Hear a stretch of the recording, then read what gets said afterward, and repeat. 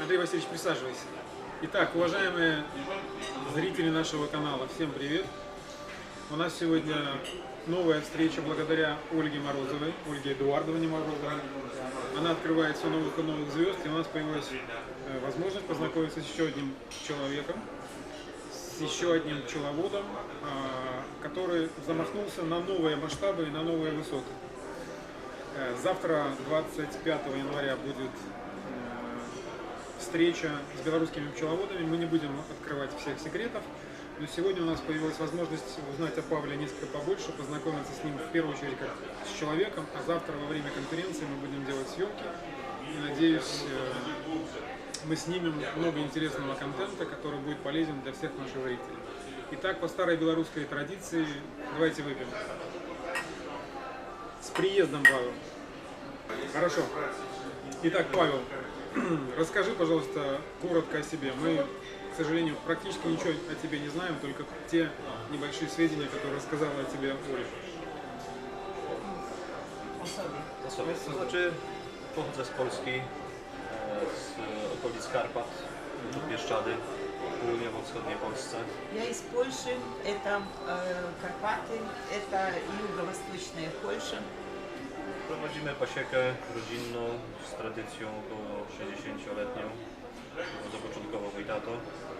Мы занимаемся пчеловодством. Пчел начал водить мой отец. И наша пасека насчитывает уже такую довольно длительную историю, 60 лет. Наша пасека занимается, во-первых, мы собираем мед, собираем пыльцу, собираем пергу, делаем ули из полиуретана, но основная наша специализация – это вывод маток. Очень интересно. На каких породах вы... Znaczy głównie skupiamy się na hodowli pszczół rasy ukraińskich, austriackich populacji, Sklenar Trojsek. В основном наша работа сосредоточена на краинке. Эта порода выводится из Австрии, и мы в основном занимаемся такими линиями, как Тройсик и Скленар.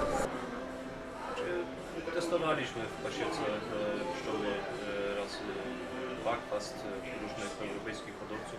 Мы пробовали работать с различными породами пчел.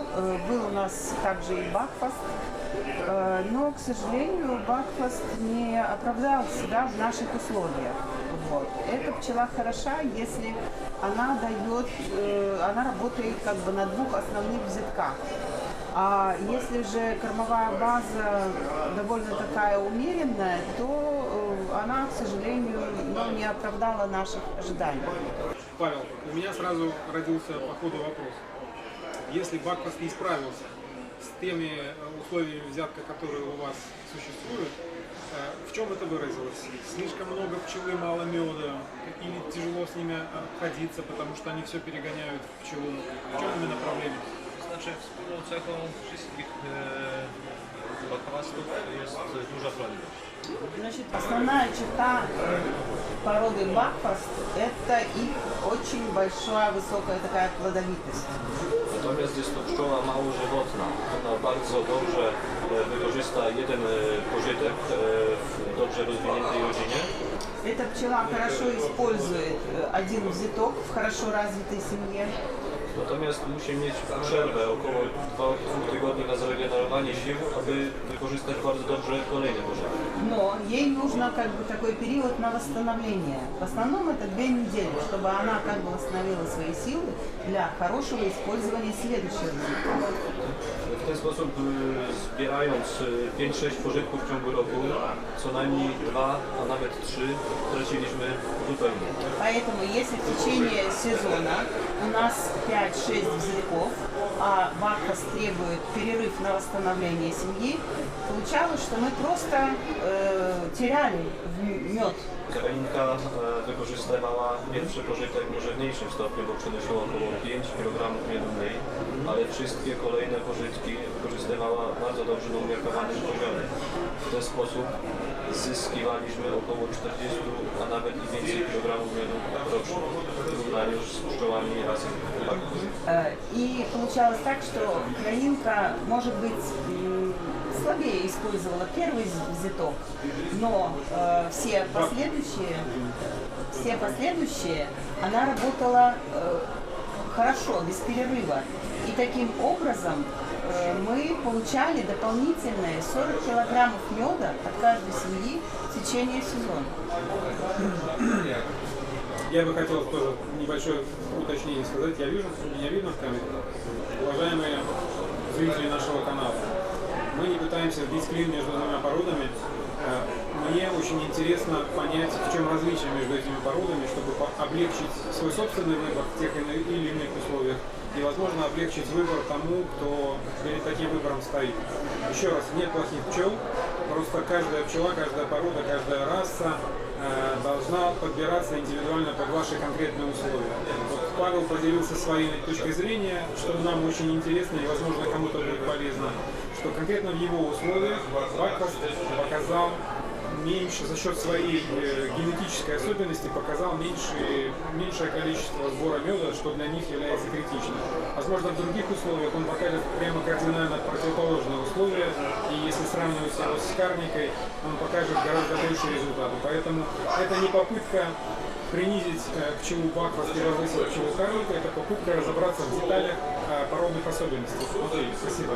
То есть разница между, конкретно в ваших условиях, разница в медосборе составляла порядка 40 кг на одну семью. Это серьезная разница. А используя в качестве семей, в качестве породы пчелы-карники, какой медосбор в среднем веселье у вас получается в ваших условиях? Znaczy, w naszych warunkach osiągamy z rodziny od minimum 80 do 120-130 kg rocznie. Z tym, że u nas takim głównym i wiodącym pożytkiem jest między spadziej i glastej wyłowy, gdzie on kształtuje się na poziomie około 60-70 kg rocznie, przy bardzo obfitym pożytku nawet 200 kg. Ale są to lata, które ciągają się raz na 8-10 lat. В среднем с семьи мы получаем минимум 85 килограммов, но доходит и до 120 килограммов от семьи. Основной наш карбоцветок – это хвойная падь. И в среднем в нашем регионе на этом витке в основном и люди имеют по 60-80 килограммов от семьи.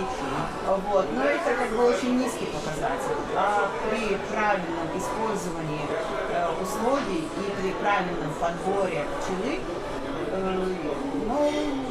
имеем до 120 килограммов от семьи.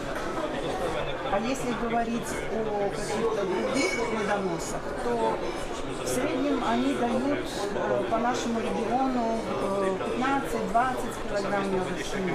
Все, конечно же, зависит от определенных погодных условий, от определенной ауры, которая складывается в каждый. Мне очень интересно следующий вопрос.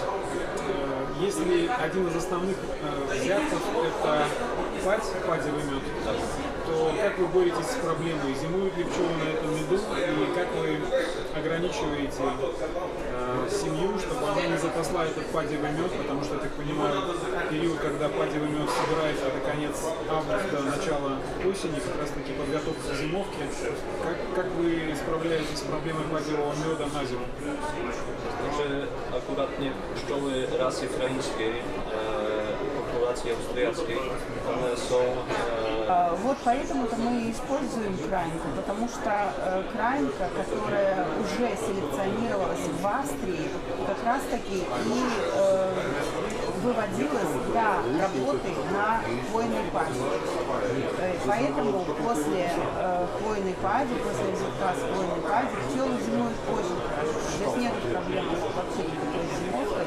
Ну и как бы дополнительным таким козырем является то, что постоянно идет смена поколений, которые как бы подстраиваются под этот медонос. Правильно ли я понял, что если происходит сбор падевого меда. В какой период он у вас происходит? В августе, сентябре? Или когда основной сбор меда? Jest różnie. Czasami spad występuje w czerwcu, a niekiedy dopiero w sierpniu. A na przykład w ubiegłym sezonie, tym 2019, wystąpiła dopiero około 12 sierpnia.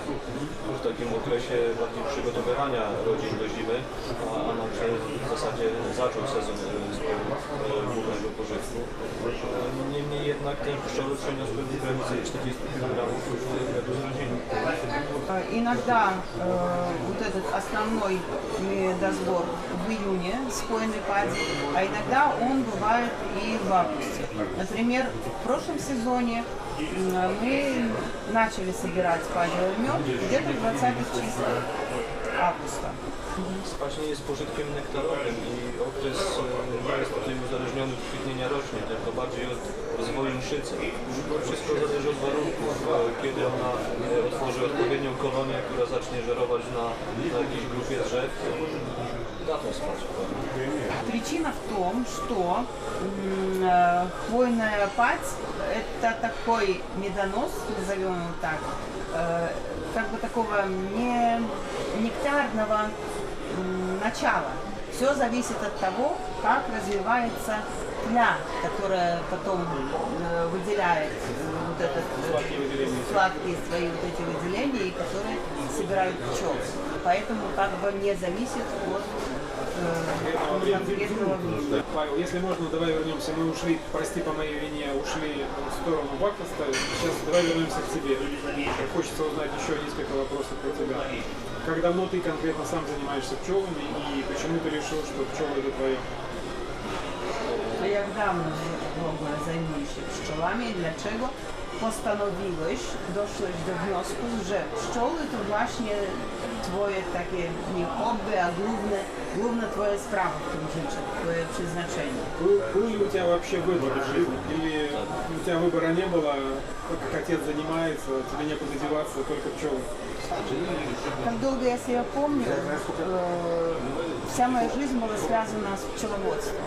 Потому что с раннего детства все свое время я проводил на большой промышленной пасеке.